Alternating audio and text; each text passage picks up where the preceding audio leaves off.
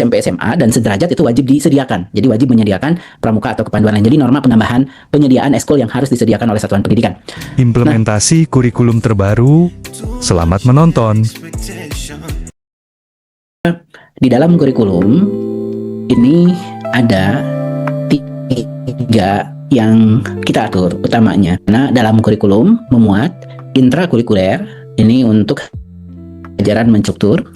Lalu ada yang namanya kokurikuler, kegiatan pembelajaran untuk penguatan, pendalaman, dan atau pengayaan intrakurikuler dalam rangka pengembangan kompetensi, dan ekstrakurikuler, kegiatan pengembangan karakter dalam rangka perluasan potensi, minat, bakat, kemampuan, kepribadian, kerjasama, dan kemandirian peserta didik.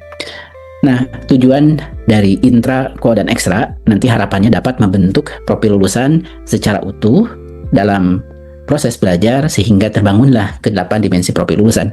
Jadi ke-8 dimensi profil lulusan itu dicapainya melalui intrakurikuler, diperkuat oleh kokurikuler, ditambahin oleh ekstrakurikuler. Nah, untuk penyesuaian struktur kurikulum yang kita tuangkan dalam Permendikdasmen ini fokusnya untuk meningkatkan mutu pembelajaran, yang mana untuk di dalamnya kita atur terkait dengan alokasi waktu intra dan kokurikuler. Jadi dalam struktur kurikulum kita mengatur dari pusat alokasi waktu untuk intra dan kokurikulernya. Nah, selain intra dan kokurikuler, memang satuan pendidikan nanti dapat menyediakan ekstrakurikuler sesuai dengan karakteristik satuan pendidikannya. Nah, untuk ekstrakurikuler itulah nanti ditetapkan oleh satuan pendidikan. Nah, alokasi waktunya memang silahkan satuan pendidikan membuka penyelenggaraannya, disesuaikan sumber daya yang tersedia di satuan pendidikan, dan mungkin tadi di dalam Permendikdasmen diakui juga untuk yang menjadi pembina ekskulnya diakui beban kerjanya. Nah, secara umum Ibu Bapak, untuk masing-masing mata pelajaran yang selama ini berjalan, beban mengajar untuk setiap mata pelajaran itu tetap. Jadi total beban mengajar alokasi waktunya, jadi kalau saya selama ini punya beban mengajar 3 jam, maka tetap 3 jam. Kalau sebelumnya 4 jam, tetap 4 jam. Jadi total untuk masing-masing mata pelajaran itu tetap. Jadi alokasi waktunya itu tetap. Nah, adapun yang dilakukan penyesuaiannya untuk intrakurikuler, itu tidak ada pengurangan mata pelajaran. Yang ada adalah menambah mata pelajaran. Jadi guru-guru yang selama ini sudah mengampu mata pelajaran, beban mengajarnya tetap, nama mata pelajarannya tetap. Yang ada adalah sekarang adanya penerapan mata pelajaran coding dan kecerdasan artifisial sebagai mata pelajaran pilihan. Dengan kata lain, guru-guru yang sudah selama ini mengajar ya tidak terganggu, beban mengajarnya tetap, alokasi beban mengajarnya tetap, nama mata pelajarannya juga tetap. Nah, sekarang itu adanya menawarkan kita tambahan mata pelajaran. Jadi tidak ada pengurangan mata pelajaran. Yang ada adalah penambahan mata pelajaran coding dan kecerdasan artifisial sebagai mata pelajaran pilihan. Nah, sebagai mata pelajaran pilihan ini secara struktur kurikulum dibuka mulai kelas 5 sampai kelas 12. Jadi mata pelajaran pilihan ini nanti dibuka sesuai dengan SDM yang tersedia di satuan pendidikan. Jadi belum diwajibkan sampai saat ini. Jadi silakan kalau gurunya tersedia, sarananya juga memungkinkan, siswanya juga ingin untuk mengambil mata pelajaran ini, maka ini bisa diterapkan. Untuk mata pelajaran ini di tahun ajaran 2025-2026 itu diterapkannya itu baru di kelas 5, 7, dan 10. Jadi untuk tahun ajaran ini belum serempak, masih bertahap. Jadi penerapan mata pelajaran coding dan kecerdasan artifisial ini baru di kelas 5, 7, dan 10.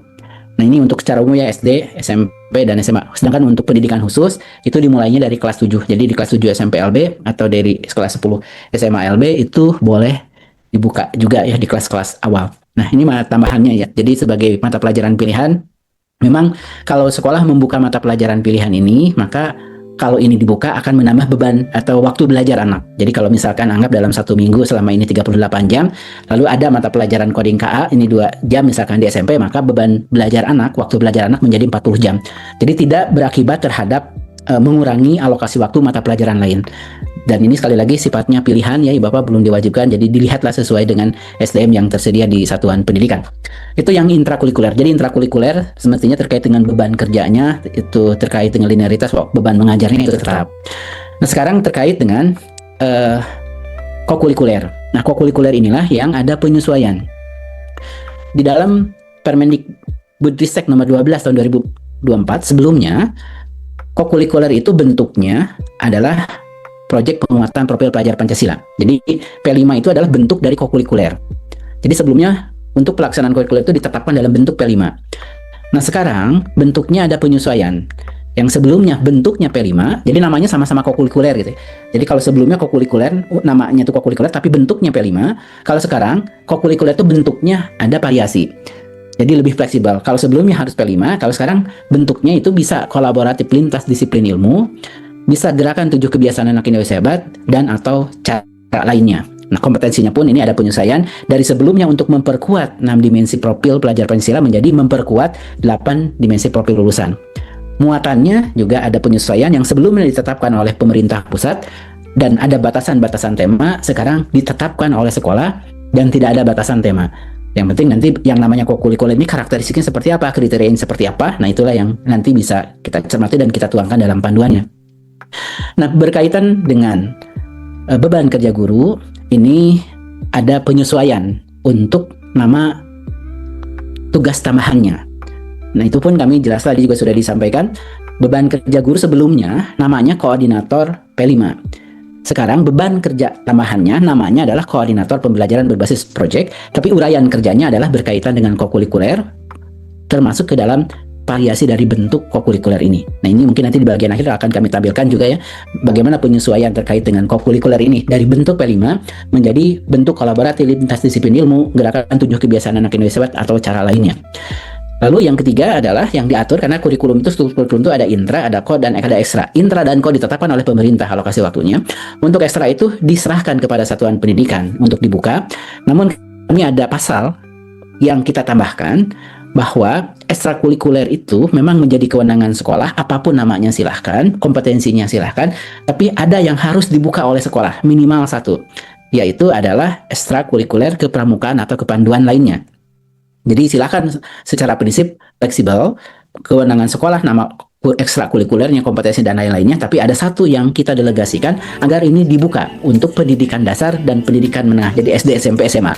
Kalau untuk PAUD kalimatnya dapat gitu ya, jadi belum diwajibkan untuk PAUD dan kesetaraan, tapi untuk SD, SMP, SMA dan sederajat itu wajib disediakan, jadi wajib menyediakan pramuka atau kepanduan lain. Jadi norma penambahan penyediaan ekskul yang harus disediakan oleh satuan pendidikan. Sekian dan terima kasih. Semoga bermanfaat. Tetap semangat guru hebat.